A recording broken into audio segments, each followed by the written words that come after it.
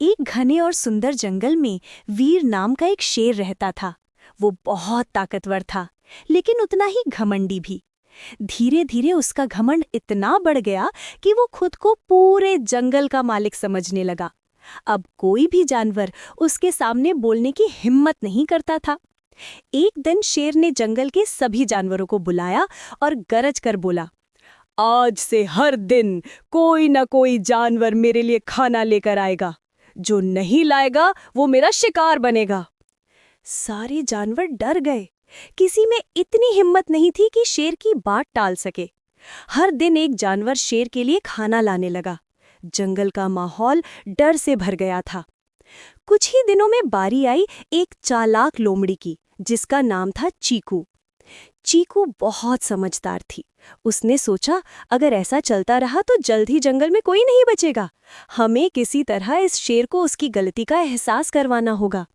रात भर सोचने के बाद चीकू के मन में एक योजना बनी। अगली सुबह वो शेर के सामने पहुंची। शेर ने जोर से दहाड़ लगाई, कहाँ है मेरा खाना? चीकू ने डरने का नाटक करते हुए कहा, महाराज, मैं आपके लिए एक बड़ा हिरण लेकर आ रही थी, लेकिन रास्ते में एक और शेर आ गया और उसने हिरण छीन लिया। वो कह रहा था कि अब ये जंगल उसी का है। शेर की आंखों में आग सी जल उठी। वो दहाड़ा, मेरे जंगल में दूसरा शेर? चल मुझे दिखा, कहाँ है वो?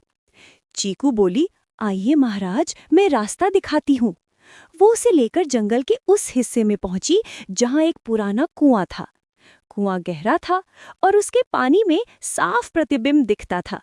चीकू बोली, महाराज, वो यहीं छिपा है, आप नीचे झांक कर देखिए। शेर ने नीचे देखा और उसे पानी में अपनी ही परछाई नजर आई। उसने लगा कि सचमुच कोई और शेर वहां है। उसने गुस्से में दहाड़ लगाई और आवाज कुएं से टकराकर वापस आई। शेर समझा कि दूसरा शेर भी उसे चुनौती दे रहा है। वो और जोर से गरजा और बिना सोचे सीधे कुएं में कूद पड़ा। एक जोरदार छींटे के साथ पानी चारों ओर फैल गया। कुछ देर बाद सब शांत हो गया। शेर फिर कभी बाहर नहीं आया। चीकू ने राहत की सांस ली और मुस्कुराई। वो बोली, जिसे घमंड होता है वो खुद अपनी ताकत से हार जाता है। उस दिन के बाद जंगल में फिर से शांति लौट आई। सभी जानवर फिर से खुश रहने लगे और सबने एक बात अच्छी तरह याद रखी, अक्ल हमेशा ताकत से बड़ी होती है।